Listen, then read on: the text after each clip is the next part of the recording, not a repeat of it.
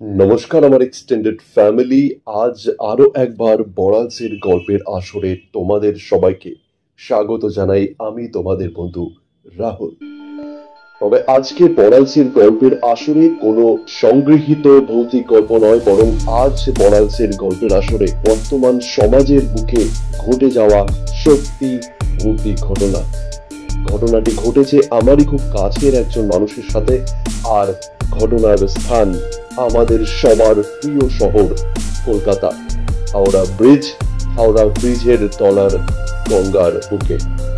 তাই আর দেরি না করে বড়ালসের গল্পের আসরে আজ প্রথম এক সত্যি ভৌতিক ঘটনা শুনে নেওয়া যাক। শুরু করছি আজকের ঘটনা।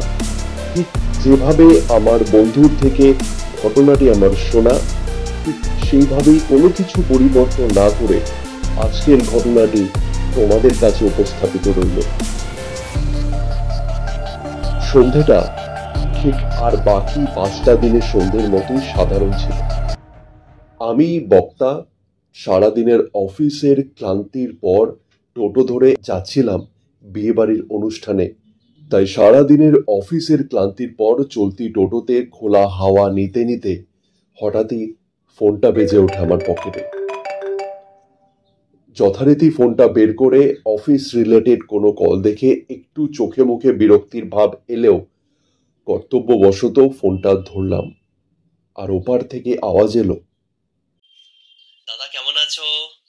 চিনতে পারছো আশা করি। নাম্বার সেভ আছে নাকি জানি না, তবে আমি বলছি। এখানে নাম প্রকাশে আমি বিপ রাখলাম। দাদা আচ্ছা, আমাকে একটা ঘটনা বলো তো, কলকাতায় হাওড়া ব্রিজের আশেপাশে কি কোনো সেরকম ব্যাপার আছে? আমি বললাম, কি রকম ব্যাপার বলতো ভাই, কি ব্যাপারটা জানতে চাইছিস? ব্যাপার তো অনেক কিছুই হতে পারে, বাট তুই কোনটা মানে করছিস সেটা আমার কাছে ক্লিয়ার নয়। না দাদা, ব্যাপার মানে একটু মানে কি ভয় টয়ের কোনো এরকম ব্যাপার আছে কলকাতার হাওড়া হাওড়া ব্রিজ দিয়ে যদি কেউ আসা যাওয়া করে, তো এরকম কি কোনো দুর্ঘটনা কিছু ঘটেছে? তুমি কি সেরকম কিছু জানো? এই কলটা সে আমায় করেছিল এক বিশ্বাসের ওপর ভরসা রেখে, কারণ সে জানতো আমি একটু প্যারানর্মাল, ভৌতিক ও এই রকম বিষয়বস্তুর সাথে তাল্লুক রাখি। কারণ এই বিষয়টা আমার একটু ভয় জোগালো, বিষয়টা আমার কাছে ততটাই পছন্দের। তাই আমি উত্তর দিলাম, হ্যাঁ ভাই, সেরকম তো কিছু আছে, তুমি ইউটিউব সার্চ করলেও পাবে, এরকম অনেক স্টেটমেন্টও রয়েছে, প্রমাণও রয়েছে, অনেক ঘটনা তো শোনাই যায়। কেন, কি হয়েছে বল। না দাদা, আজকে একটা ঘটনা ঘটেছে, সেখান থেকে আমি খুব চিন্তিত।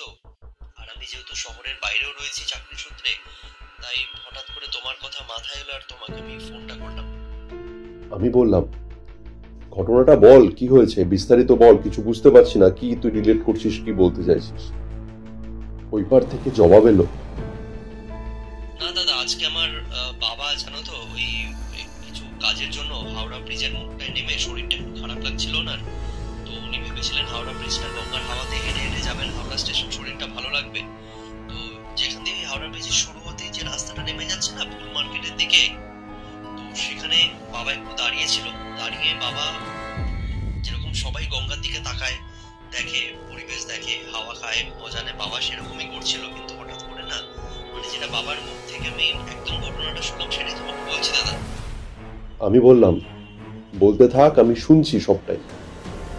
না তো বাবা হাওয়া খেতে খেতে ওখানে হঠাৎ করে বাবার মানে দাঁড়িয়ে যায়। দাঁড়িয়ে বাবা দেখছে কি গঙ্গার মাঝখানে আহ অনেকেই লোকজন স্নান করছে, ঠিক হাওড়া ব্রিজটার নিচটায়, ওখান থেকে যতটা দেখা যায়। তো আহ, চান করছে যিনি, তার মধ্যে একটা পরিচিত মুখ হচ্ছে বাবার ছোট ভাই কাকু, তার দলবল মিলে। আমি বললাম, হতেই পারে তারা হয়তো ওখানে ঘুরতে গেছে বা ফুল মার্কেটে গেছে, সকালবেলা স্নান করছে বা যাই হোক কিছু একটা ব্যাপার, তো এতে কি হয়েছে। ওই পার থেকে উত্তর দিল, না দাদা, ঘটনাটা তো এখানে হলো ঠিক আছে, কিন্তু প্রবলেমটা হলো আমার কাকু আজ 3-4 মাস হলো মারা গেছে। কথাটা শুনে লাফিয়ে উঠলাম আমি টোটোর মধ্যে। মানে, কাকু মারা গেছে, দলবল নিয়ে স্নান করছে, কি ব্যাপার? হ্যাঁ দাদা, বাবা ওটাই বললো। আর বাবা মানে তারপর কিছু নাকি বুঝতে পারছে আর ছিল না, কিছু আর সেন্স ছিল না। বাবাকে নাকি কাকু ডাকছিল গঙ্গা থেকে স্নান করার জন্য, আর বাবা এক ধাদসে এখান দিয়ে হেঁটে হাঁটতে হাঁটতে হাঁটতে হাঁটতে চলে যায়। আর এই ব্যাপারটা লক্ষ্য করে পেছনে দাঁড়িয়ে থাকা একটা ট্যাক্সি, তো উনি হয়তো ওখানকার লোকাল, উনি হয়তো ব্যাপারটা বুঝতে পেরেছেন বাবার চাল বল দেখে। তো উনি বাবাকে ফলো করতে করতে ফুলবাজারের নিচ দিয়ে গঙ্গার ধার পর্যন্ত যায়। আর বাবাকে নাকি দেখেছেন কি বাবা ধীরে ধীরে এক স্টেপ করে গঙ্গার দিকে নাকি নেমে যাচ্ছে। আর তখনই গিয়ে বাবা লোকটা বাবাকে খুব জোরে ধাক্কা দেয়, থাপড় মারে। আর বাবা নাকি তখন কোনো হুঁশ নেই, চোখ মুখ যেন কিরকম হয়ে গেছে। আর বাবা তারপর নাকি কিছুক্ষণ পর অজ্ঞান হয়ে যায়। তারপর ওখানে লোকালে যারা ফুলের ব্যবসা করে বা আরো কিছু লোকজন, তারা বাবাকে তুলে বাবার পকেট থেকে আধার কার্ড পেয়ে তারপর যা ট্যাক্সি ছিল উনি ট্যাক্সি করে বাবাকে বাড়ি পৌঁছে দেন। তো তাই জন্য খুব চিন্তা হচ্ছিল কি তুমি কি এর ব্যাপারে কিছু জানো, কোথায় নিয়ে যাওয়া যায় ওনাকে, বা কি করা যায় বা কি হয়েছে? পুরো ঘটনাটা শোনার পর সত্যি বলতে আমিও আমার মধ্যে ছিলাম না। কারণ এতদিন পর্যন্ত যে সমস্ত এই বিষয় নিয়ে চর্চা করেছি বা পড়েছি বা শুনেছি, সেগুলো অন্যের জীবনে ঘটে যাওয়া ঘটনা। তবে আজকে নিজের পরিচিত কারোর সাথে এতটা বড় একটা ঘটনা শুনে আমিও যথারীতি বিচলিত অনুভব করছিলাম। ওকে উত্তর দিলাম, দেখ ভাই, হতেই পারে, এরকম অনেক ঘটনার প্রমাণ বা স্টেটমেন্টও চারিদিকে রয়েছে। এই গঙ্গার হাওড়া ব্রিজের নিচের গঙ্গার সেকশনটাতে ওখানে অনেক রকম প্যারানর্মাল বা অ্যাবনর্মাল কিছু ঘটনা অনেক মানুষের সাথে ঘটেছে। হতে পারে কাকুর সৌভাগ্য, ওপরালার আশীর্বাদ, কি ট্যাক্সি ড্রাইভারটা ওখানে ভগবানের রূপে তার পেছন পেছন গেছিলেন। কারণ এখন স্বাভাবিকভাবে লোকে নিজের অসুবিধা ছাড়া পাশে কেউ মরল বাঁচলো কেউ কি মারে না। তো এখানে ওপরালারই হাত আছে বলতে হবে, যিনি বাঁচিয়েছেন কাকুকে। তো কাকু কেমন আছেন এখন? জানতে পারলাম ওর বাবার শরীর সুস্থ থাকলেও মানসিক কিছু দুর্বলতার আর কিছু অ্যাবনর্মাল বিহেভিয়ারের জন্য গত কিছুদিন ধরে কাকুর নাকি কাউন্সিলিং চলছে। শুনে অবাক হলাম, কারণ এই সমস্ত ঘটনা সবার জীবনে হয়ে যাওয়া ঘটনা শুনতে যতটা মজাদার আর আকর্ষণীয় লাগে, ততটাই ভয় আর বিচলিত লাগে যখন নিজের সাথে বা নিজের কাছের কিছু মানুষের সাথে ঘটে।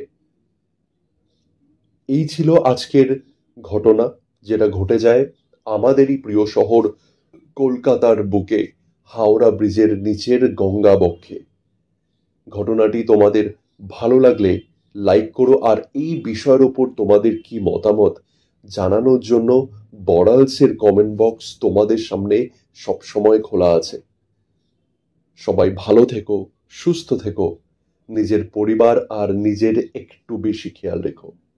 দেখা হচ্ছে পরের আরেকটি বিশেষ কিছু আলোচনা বা ভিডিওর সাথে বড়ালসের পর্দায়।